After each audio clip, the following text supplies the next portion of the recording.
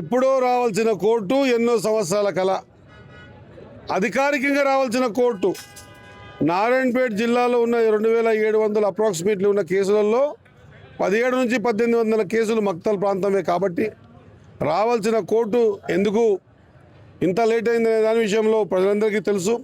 ఈరోజు కోర్టు తెచ్చుకున్నందుకు సంతోషంగా, ఈ సంతోష సమయంలో గతం గురించి తోగి బాధపడే కంటే ఈ ప్రాంత వ్యక్తుల ఆలోచన విధానం మారింది అనడానికి ఒక సూచికగా నేను ఈ కోర్టు భవనాన్ని నేను తెలియజేస్తా ఉన్నా.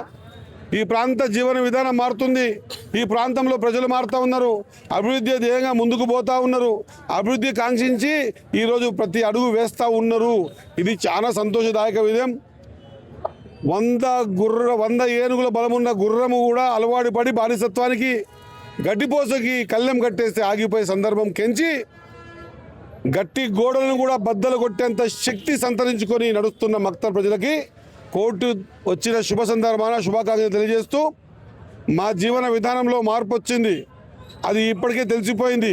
ఈ ప్రాంతీయేతర భావం ద్వారా వెనుకబడ్డ ఈ ప్రాంతం కూడా ఇప్పుడు అద్భుతంగా అభివృద్ధి వైపు పయనిస్తూ ఉంది.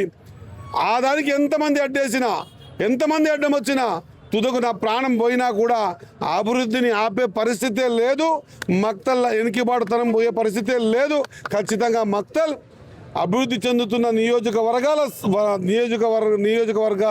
సరసన మక్తల్ నిలబడబోతూ ఉంది. ఇదొక శుభసూచకం. పడమటి ఆంజనేయ స్వామి ఆశీర్వాదం వల్ల ఈ ప్రాంత ఆలోచన విధానం మారింది. ఈ ప్రాంత వ్యక్తులందరం కూడా మారుతూ ఉన్నాం. ఈ మార్పు రాబోయే మా పిల్లల భవిష్యత్తుకు సూచిక. ఆ పిల్లల భవిష్యత్తునన్న బానిస బతుకులకించి అంబేద్కర్ రాజ్యాంగం ప్రకారంగా ఖచ్చితంగా ముందు తీసుకుపోయి ఈ ప్రాంత బానిసత్వాన్ని పోగొట్టే ప్రయత్నం చేస్తాం.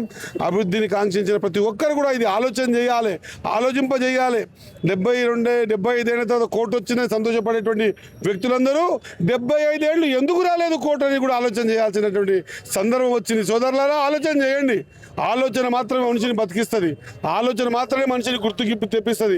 ఆలోచన మాత్రమే అడుగు ముందుకు ఏపిస్తుంది. కాబట్టి ఆలోచించండి. సంతోషపడింది ఒక దిక్కైతే ఎందుకు రాలేదనే విషయం కూడా ఆలోచన చేయాల్సిన కోరుతూ ముగిస్తా ఉన్నా. చరిత్ర సృష్టించినోడు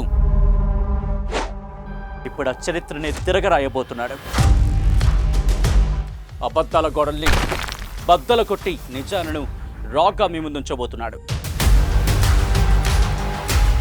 నిజమైన వార్తల కోసం వెంటనే డౌన్లోడ్ చేసుకోండి రా యాప్ని.